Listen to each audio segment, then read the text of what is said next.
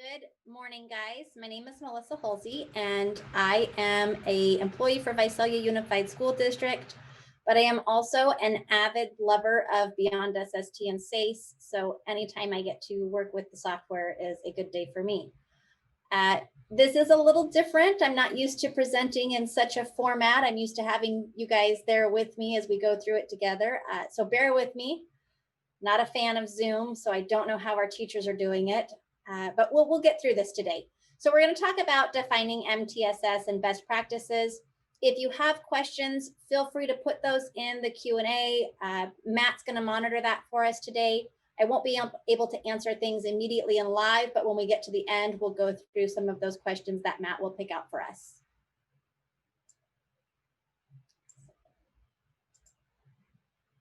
All right. So when we're talking about MTSS or multi-tiered systems of support, it's important that we look at all of the different tiers and how those affect our students on campus. And so as many of you are aware, our tier 1 students are all of our students on campus. You know, they get that high quality instruction that promotes academic, behavioral, and social emotional learning. It's challenging, it's an inclusive curriculum. This is where we're doing a lot of our positive, proactive, and clear expectations so students know what we want from them and what they should be doing in the classroom. And this builds strong relationships between students, between teachers, between parents. So we have that good culture and climate on our campus. For tier 2, this is going to be a smaller group of our students. These students will be in small group academic intervention, or maybe they have behavioral challenges that we're working with them in small groups. Oftentimes we see with tier 2 students, the interventions that we give are check in and check out. We have behavioral goal setting or structured breaks. And then we have our tier 3 students. And these are students who have individualized academic support. And that could be an SST that has individualized interventions on it. It could be a 504 plan because that is specific and targeted to just that student. It could be an IEP because those are individualized services that we're providing to that student. These could be social emotional skill building, they can be behavior, they can be academic, but that's our tier 3 kids. So when you look around your campus and you see your students who are on a 504, on an IEP, or in some form of a formal SST, those are our tier 3 kiddos. And there really isn't as many of those as there are the remaining students within our campuses. So things that you need to look at when you're talking about building out your multi-tiered systems of supports within your campus and within your district. Do you have teams established for tier 1, tier 2, and tier 3? And if so, do those teams meet regularly? Does your tier 1 team meet and get together? Does your tier 2 team meet? And does your tier 3 team meet? And really, when you're looking at your tier 1, tier 2, and tier 3 teams, we want to go through kind of a checklist. And this is, if you attended the session earlier, that was my boss, Brandon Gridiron, who was talking about data. This is the checklist that we use within our district. And you can access this on our district's website, or you can create something of your own. But what we want to make sure is that when we're looking at our teams and we've got our tier 1, that you know who the staff, students, and parents are that are part of your team. That you schedule those monthly meetings and that you guys are working together off of an agenda to decide what needs to be taken care of. That you define your expectations for students behaviorally school-wide, that they know how to behave in the cafeteria, in the hallway, in the restroom, in the classroom, on the bus, that we have this laid out and that students understand what the expectations are, but that we also respect and understand that students have different cultures and backgrounds, and our expectations need to accept that there are different things that will happen with it regards to students' cultures and students' backgrounds. What we would normally expect may seem very odd to somebody from a different background. So we need to make sure that we're working on that when we're developing our expectations. We need to teach those expectations. We need to make sure that the whole team knows what the expectation is and how we're going to have the students do that. Acknowledging the positive behavior, establishing that consequence system, and then analyzing data for your improvement. And this is really what multi-tiered systems of support is data. We're looking at all the different data and how we use that to make next step decisions. Your tier 2 team, you're going to identify the staff that you want that are part of that team. You need to make sure that this includes an administrator, somebody who has behavioral expertise, school psychologist, So you're going to want to go through all of your team, and then you want somebody from tier 1 representative on tier 2 so that everybody is on the same page and we're not working in silos. Your tier 2 team meetings should be once a week. We want to make sure that everybody's working on those and that we've established entrance and exit criteria, that we know what students need to do to become part of tier 1 and what they need to do to be, removed from, part of tier 2 and what they need to be removed from tier 2. And then develop a menu of interventions and a consistent schedule. All of those students that are on tier 2 supports need to have interventions that directly relate to the function of their behavior or directly relate to their academic needs. And then message out that tier 2 process to all of the staff. Everybody who's working with that student, everybody on campus should understand how the tier 2 process works. And then developing a fade plan for students who are meeting their goals so they can go back to tier 1. And then we're continually analyzing data. And then your tier 3 team, you want to have that team develop meeting norms, assign roles. This team, tier 3 team, is going to review student strengths and identify, if it's a behavioral student, a behavior that they want to increase and a behavior that they want to decrease. They're going to collect data off of this to decide what's effective, what strategy is working. And then after that, we look at the prevent, teach, reinforce. And then we identify and define replacement behavior. What do we want the student to do? How are we going to get the student to do that within these interventions that are implemented? And then monitoring their progress. We want to make sure the intervention is being implemented and if it's successful or if it's not. If your meetings are structured with agendas and you have clearly identified members and roles, structure meetings so that each team member knows what they're supposed to do, who's responsible for what. Have a timekeeper. It's very easy for us to get kind of off on a tangent, especially if we're dealing with specific students and they did something in class this week or they did something on the playground. This is not a time for venting. This is the time to really get things taken care of. So having that timekeeper holding everyone accountable and having your note taker. Does your team have a specific action item that guides consistent implementation? We have a sample agenda that works really well. See if I can get it to open up here. So this is a TIPS meeting agenda. This is one that we use quite frequently across our district. And you can see, we have a facilitator, we have a minute taker, we have a data analyst, we have our time, and then the agenda items. Having an agenda such as this really keeps you on target, on task, where you want to be within your meeting. And then does the team have consistent entrance and exit criteria? Create a data decision rules for your students who are tier 2 and tier 3. What does it take for the student to move from tier 1 to tier 2? What happens if they've been in tier 2 and now we're thinking they may need to be a tier 3? What is that data that we have? What happens when they are tier 3 and we need them to go back down to tier 2? What is the exit criteria to get them back to tier 2? And what is the exit criteria to get them from tier 2 to tier 3? And then does the team use data to evaluate the effectiveness of your interventions? Use a fidelity checklist, make sure these interventions are working and they're effective. So questions to consider or practices to consider. Is the relationship between the student and teacher positive and supportive? Are there effective tier 1 strategies in place?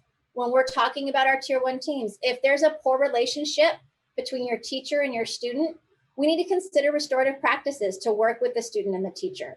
If you're unfamiliar with restorative practices, there's a ton of information available out there, but it's really getting the student and the teacher to that point where they feel comfortable with each other and there's no longer an issue that's preventing the tier 1 intervention from being successful in the class. Has the team identified and implemented tier 2 interventions? Have you analyzed the data? This is one of the reasons I love Beyond SST is because it's a nice place to store all of the data that allows you to look at the effectiveness of the interventions. There's places in there for progress monitoring. There's places for you to document and attach data sheets. And for a district as large as the district I'm at, we have 42 schools, almost 30,000 students. And our students are they're migrant a little bit. They move around quite a bit. And so when you've got a student at school A this week and next week they're at school B, all of that information moves with them. And so the tier 2 team at that next school can just pick right up where the tier 2 team left off at the previous school. So you want to schedule tier 2 meetings and include the appropriate staff. Again, your administrator, your psychologist, the classroom teacher, If you have somebody who does behavioral functions, if you have a BCBA, if you have behavior intervention technicians or behavior support aides or anybody who helps with behavior, you'd like them to be part of that tier 2 team. And then make sure the interventions match the identified functions for that problem that you're dealing with. Has the tier 3 team met to review data? Has a simple behavior support plan been created? Are academic interventions implemented with fidelity? Again, this goes back to, if you have a place where you're consistently documenting the intervention and you're consistently documenting the progress monitoring of that intervention, then you have the ability to look and see if the interventions are being implemented with fidelity. If they're not, it may not be a student issue. We just haven't given the intervention the time that it needs to work. And so you'll schedule a tier 3 meeting and determine appropriate next steps. And so this is kind of a tier 2 decision-making process. The student is identified based on following criteria. For our district, it's 3 to 5 office discipline referrals, or they're failing multiple core classes, they're in SARB, mom or the student or somebody has submitted a request for assistance to us, indicating that the student might need some support. The student has been identified by the teacher at the end of the marking period. And this is coming up for all of us real quick. Even though we're in distance learning, the terms, the semesters, the trimesters, we're hitting that midpoint where parent-teacher conferences are going to come up.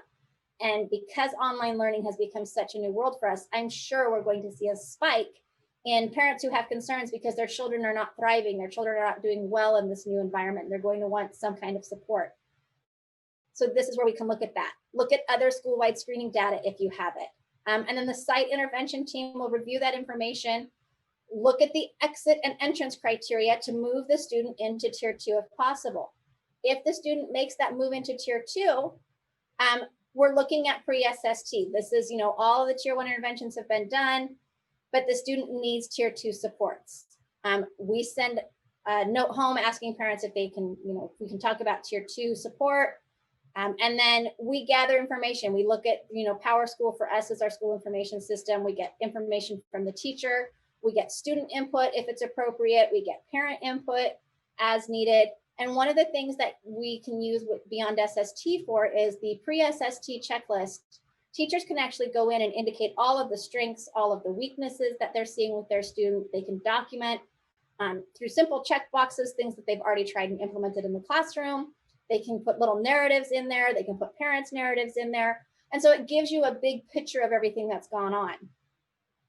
And then once you've gone through that, the next step is step 3. So you've gone through it. They've done the request for assistance, or you've done their functional assessment. You've gotten all of that. We make the next step decisions from there. And so at tier 2, a lot of the school-based interventions that we see for behavioral, social, emotional, or academic, because we don't want to think that tier 2 interventions or tier 3 interventions are only for one thing. They're only for behavior, or they're only for academics. These should be across the board for behavioral, social, emotional, or academic. So a student could be tier 2 for any one of the 3 or a combination of. Oftentimes tier 2 interventions that we see for behavior that work are breaks, check in, check out.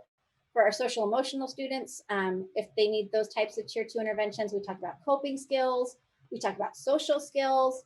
And then for academic supports, we look at online, differentiated support, deployment, strategic scheduling, second doses of core instruction, targeted skill development, all of those things that we can do at the school site.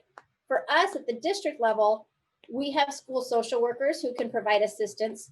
We have our Safe School Intervention Program, which is our gang intervention, which does a lot of work at our middle school. They will step in and provide tier 2 support as needed. And then we have our attendance support for the SARB process. We also rely on community-based interventions. So we use things like Turning Point, the Parenting Network. Visalia Youth Services does a lot of the mental health for us in our area. So we utilize third parties as well that are part of our community in our tier 2. And we collect data on these tier 2 interventions for at least 6 weeks. We want to make sure that the intervention is being implemented. And then we want to see if it's having a positive impact on their behavior, on their academics, on their social emotional wellness, on their attendance, whatever the issue was. We want to check and see how 6 weeks of this intervention does. If the intervention is having a positive impact, then as needed, you'll begin to fade that support and the student won't need it anymore, and you can move them back down to tier 1. And this can happen if If you're using Beyond SST, the student just sits in pre-SST the whole time. They never make it to SST in progress because pre-SST is our tier 2. If they've met everything, they don't need anything that's too intensive, you can move them back out and exit. If these tier 2 interventions aren't effective, then we need to talk about the next steps. And that's, either modifying or changing the intervention, ensuring that it's being implemented with fidelity. And remember, this is a tier 2 intervention. We are not at specific intensive individualized interventions yet. We're still doing, small group. And then if we need to make that next step, then we will go into those tier 3 interventions. So step 1, identify staff that are part of your team. If you have not already set up tier 1, tier 2, and tier 3 teams within your school site or your district, consider doing this first. Identify who's going to be part of your tier 2 team, your administrator, your behavioral person who has some kind of behavior background, your school psychologist, and somebody from your tier 1 team. You need to have those people together so that you can start working on your plan for tier 2 students. You're going to want to plan for weekly meetings. We're going to review data so you can look at things in your school information system. You can look at your SST online if you have it, or your SST documents if you're not using SST online or if you're using a different system. You can look at your students' attendance. You can look at academic scores. And you can discuss at this point the students that you think need to be entered into tier 2 or exited from tier 2. That's what this team's job and role is. There's no more of the, I'm frustrated, this kid is driving me crazy, just deal with them. We're going to work as a site, as a collaborative team to make sure that the students' needs are met and that the teachers' needs are met in providing the services to those students. So elements of tier 2 intervention that we want to make sure we remember is that it's continuously available. That within 72 hours of a request for some kind of assistance, we start providing that service to the student and to the teacher and to the team. This kid is now on our radar. We're going to start working on those tier 2 interventions. This should have low effort by our teachers. Teachers shouldn't be having to put too much into a tier 2 intervention. It's more small group. This isn't individualized. We want this to align with the school-wide expectations, and it should be implemented by all staff and faculty in the school. It's flexible, it's function-based. Make sure you can allocate adequate resources, that the student is choosing to participate, and that you continuously monitor. This is why we want you meeting with your tier 2 team once a week. So within Beyond SST, some of the features that we like to utilize with those tier 2 pre-SST forms, this is just an example of how easy it is for you to collect data. Teachers can click that. These are some of the general things they've already done in their classroom. They've done some change of schedule. They've had a student conference. They have a peer tutor. And then there's environmental. They move the student to the front of the class to sit next to me, or we've minimized visual distractions, or they get to wear headphones in class, or these kids a little excessive with their arms, kind of like me, and so we need a little more physical space so that they don't accidentally hit somebody when they get excited. Or behavioral interventions. You can just check these boxes, things that you've already done. We're doing positive reinforcement. We've got a behavior contract in place. I've got a playground aide who's walking with this kid just between transition from the classroom to the playground, or from the music class back to the classroom, because this seems to be a place where this kiddo gets a little out of control. So I've got someone kind of keeping an eye. Those are all things that you can just check off on this pre-SST form. They're not formal interventions. We're just making sure that we're tracking the data. Now with your tier 3 team, the teams review the student's strengths and identify that behavior that we want to increase and a behavior to decrease. And we develop a simple individual behavior rating scale to help look at the effectiveness of the strategies. And then from there, we make revisions as needed so that the students that receive the support that they need. That prevent, teach, and reinforce. You analyze each intervention. Let me, can I interrupt you for just a moment, Melissa? The audio on your mic is very garbled and kind of echoed. I'm not sure if that's on your side. Can you maybe mute your mic and then turn it back on and see if that maybe corrects the issue?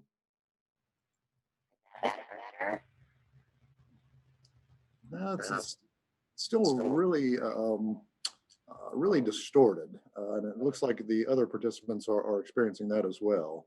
No, I may have an emergency backup mic first. Yeah, I'm trying to contact our support person. Hi, Matthew. Please have Melissa leave and come back, and then that should hopefully fix the audio. Oh, okay, thank you. Yeah, did you hear that, Melissa? Is that better? Is that any better? Way better. Yes. Headphones out of my purse. Always be prepared. I wasn't a Boy Scout. I was a Girl Scout for like a week. Anyway, going on with our tier 3 teams. Teams need to develop a plan for training and supporting the teacher with implementation of each intervention. This becomes more teacher intensive. This is now where the teacher is going to have to be providing individualized instruction, individualized support. And we want to make sure that the teacher has the support they need so that they don't burn out and stop providing the intervention. Monitor the implementation of that intervention and the effectiveness of it. That is part of the tier 3 team's role. When you look at tier 3 within the realm of Beyond SST and the forms that we use, this allows you to create a very specific intervention. If we think about a 504, if we think about an IEP, those have some pretty specific accommodations, modifications, and services. The same thing can be done for tier 3 SST interventions. We have an intervention that's very specific with a start date and an end date, 4 weeks to 6 weeks, a frequency of how often that intervention is going to be provided, how many minutes that intervention is going to be provided, who is responsible for providing the intervention. It may not always be the teacher. The student may be meeting with the school psychologist. They may be meeting with a behavior intervention aide. They may be going into the music class and the music teacher is providing it. And then who's going to monitor the success or failure of the intervention and what the tools are that they're going to be monitoring that with. And then the delivery method. Is this an individual? Is this group? How are we going to be delivering this particular individualized intervention? And then you want to collect that baseline data because we need to know where we're going with this and if the intervention is actually successful. And without baseline data, we don't know in 6 to 8 weeks how the student did because we have nothing to compare it to. Set a goal, your desired outcome of what you'd like for the student to do within that 6 to 8 weeks. Make it realistic. And then, what the difference between the current level and the desired outcome is and how you're measuring it. All of this is a single intervention that's documented in the SST forms, which is really nice because all of the data that you need is already here in one location. And like I said earlier, for a district such as ours, where students move around quite a bit, when they get to the next school, the tier 3 team and the teacher or whoever's responsible can pick right up where the student left off with that tier 3 intervention without skipping a beat. The student already knows that it's an expectation. They already know what's going on. And so you can continually transition those. And then what you can do after the intervention is implemented, you can actually document the progress and success of failure of the intervention through the progress monitoring.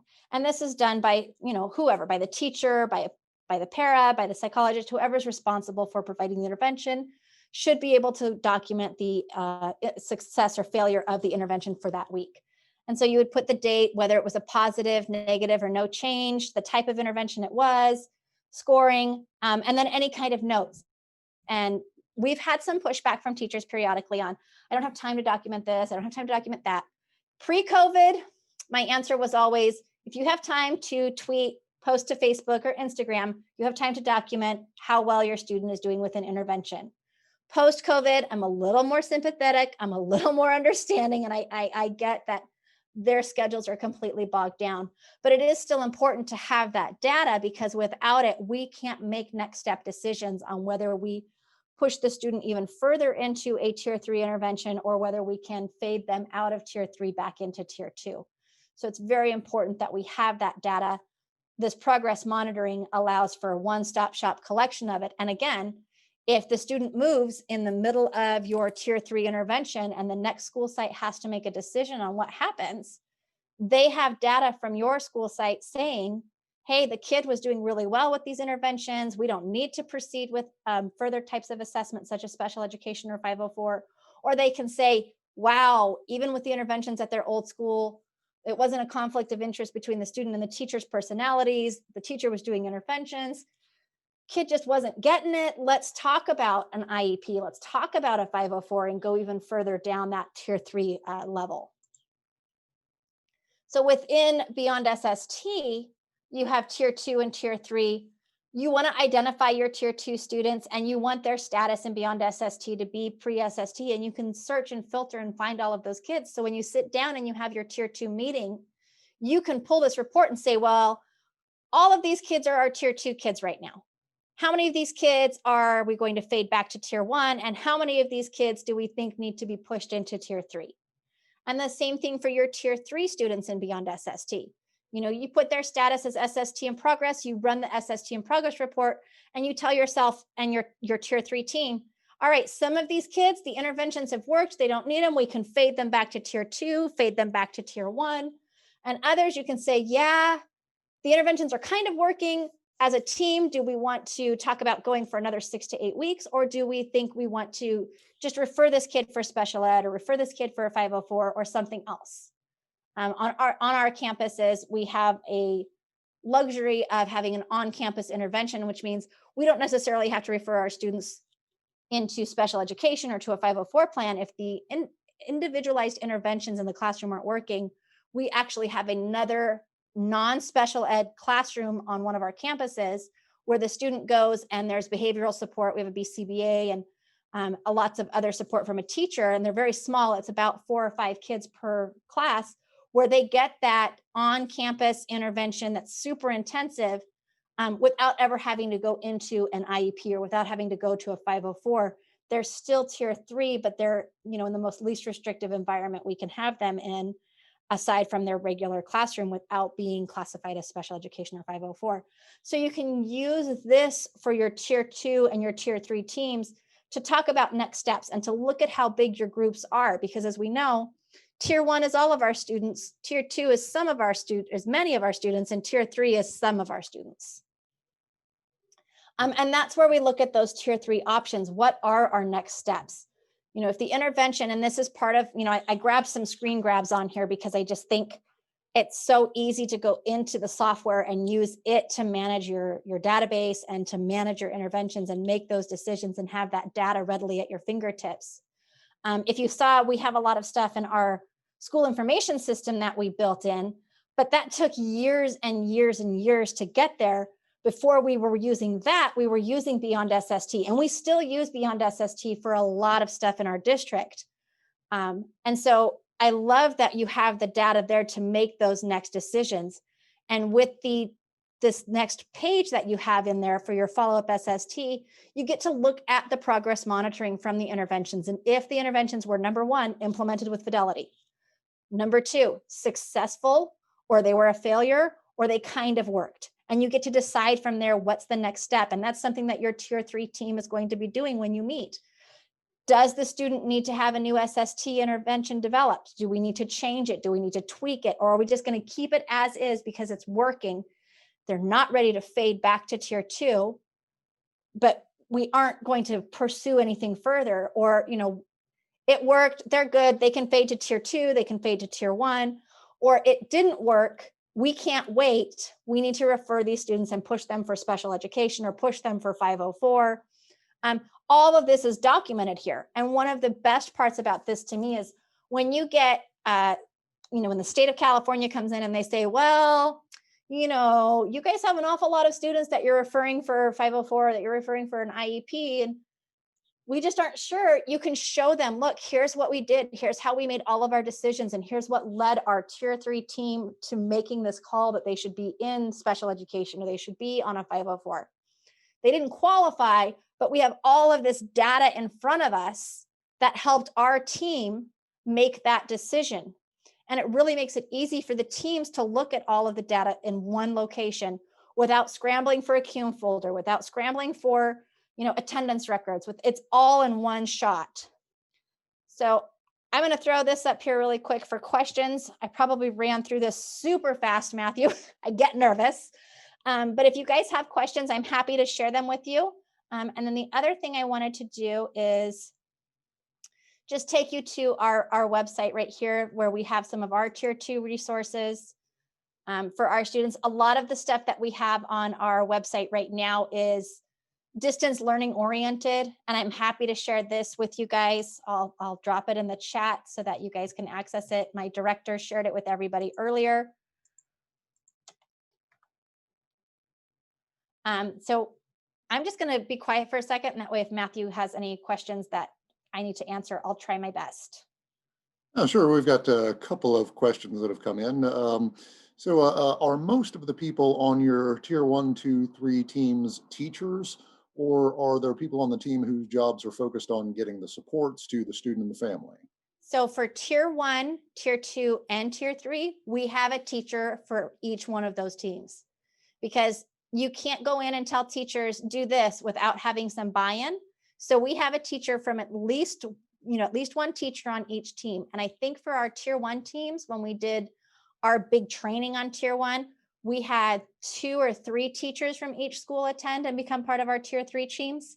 And then one teacher is our tier two and one teacher on our tier three. And it's at your discretion how you guys want to do your tier three. Maybe you have an ed specialist that you want to be the teacher on your tier three team, not because they're going to be providing all of the interventions to your gen ed students, but because should the decision be made that the student needs to go to an IEP, that teacher is going to be involved in that process. And then we always have our school psychologist involved whenever we can with all of these. All of our school psychologists were trained to be part of our tier one, tier two, and tier three teams. And then our district has a big luxury in having school social workers that split between our middle schools and high schools. All of our elementary schools have behavior intervention technicians, and we've had these in place for the last 5 years, and they have received intensive training. And then we have 4 BCBAs who provide support across our district as well.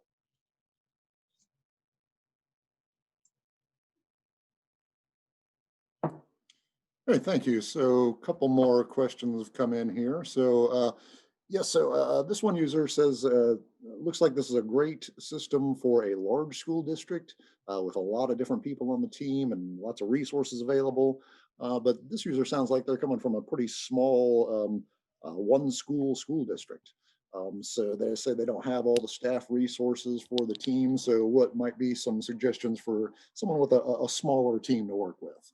I would say if you have a smaller team, if you guys are meeting at least once a week, utilizing something like that tips agenda that I shared with you, and allocating specific time where we're going to talk about tier one briefly, tier two, we're going to talk about every week. And then, tier three, you're allocating your time appropriately with the resources that you have available so that you guys can make sure those are spread out as needed. Okay, great. So I'm not sure I understand this question fully. Maybe this make a little more sense to you.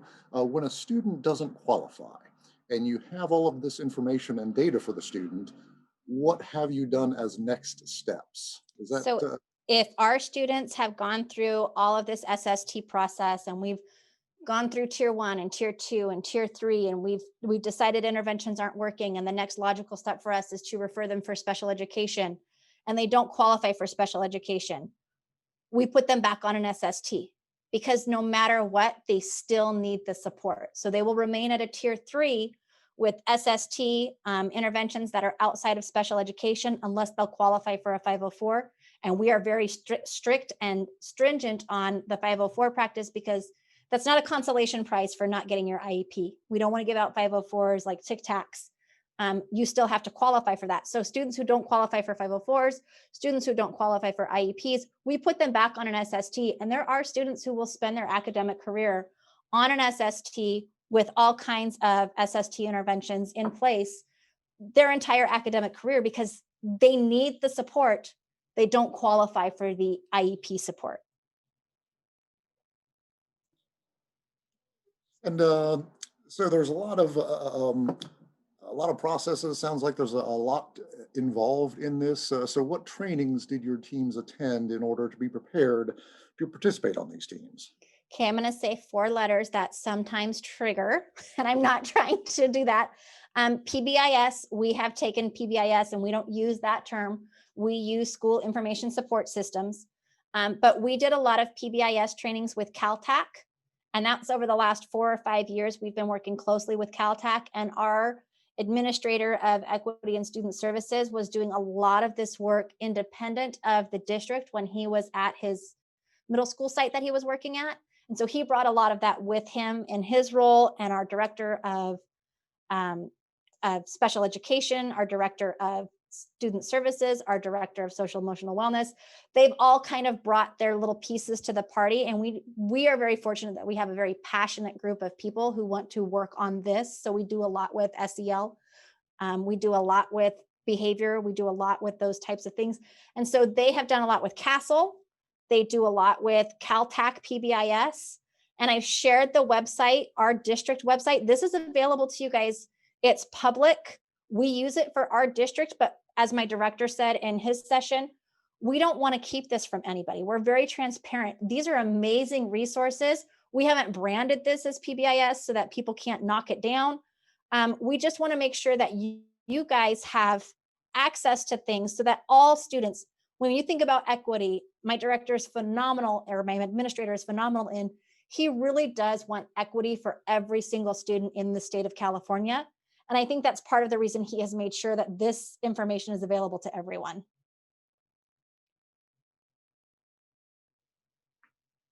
It's so, yeah, here's a question about Beyond SST itself. So it says, is there a separate charge of the Beyond SST or part of it?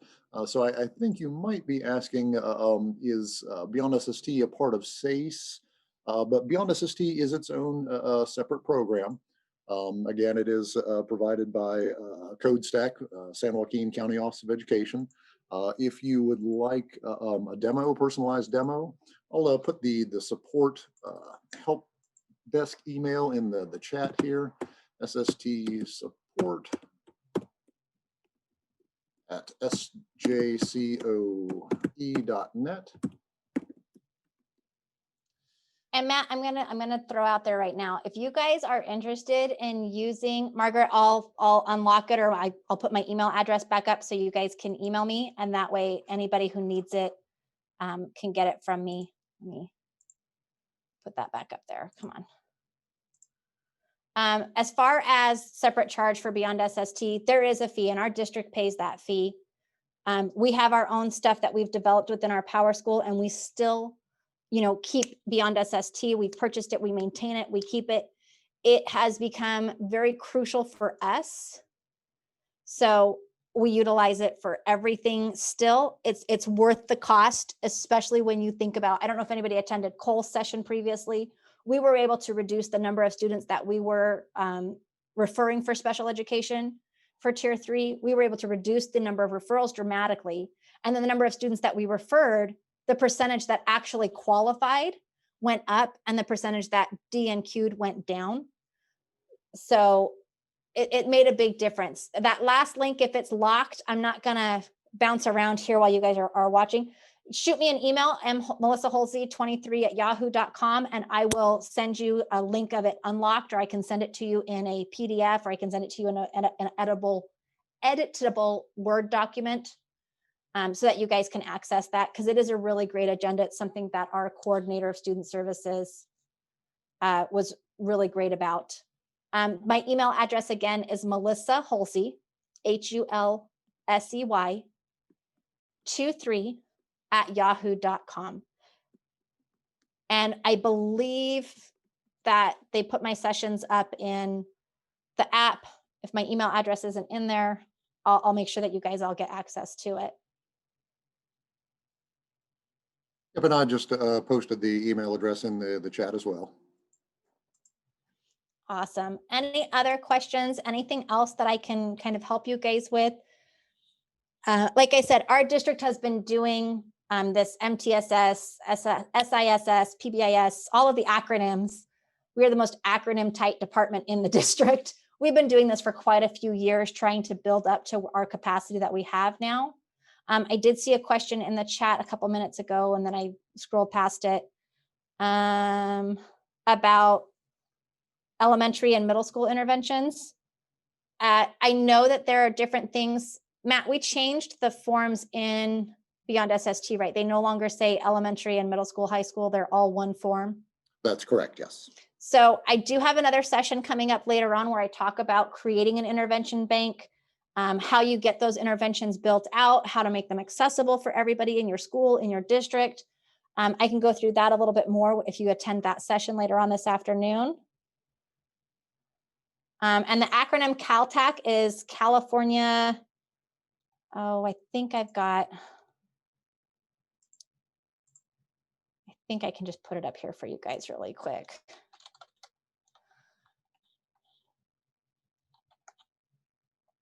It's PBIS CalTAC, California Technical Assistance Center. And I know it's that PBIS word that some districts and some school boards and some families are like, I don't like that PBIS stuff, but we've built off of this. We don't call it PBIS. We use the framework, and that's how we're able to do a lot of the stuff that we do with our students and see the successful outcomes that we have. How many cycles of tier 2 before referring to tier 3? It's really up to the team. If you see that the student is approaching a need where you need to go to tier 3, then you move them to tier 3. If they're doing okay on tier 2 and they aren't falling behind and it's not becoming a child find issue, you'll want to make that next step.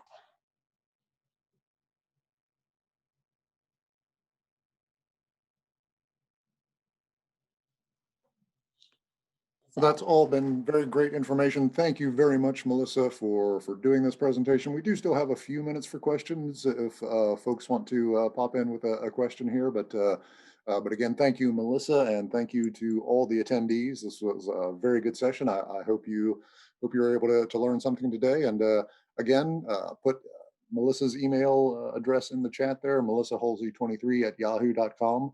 Also, if you have any questions specific to Beyond SST itself, not necessarily the process, but the technical aspects of the program, you can always email us at sstsupport@sjcoe.net.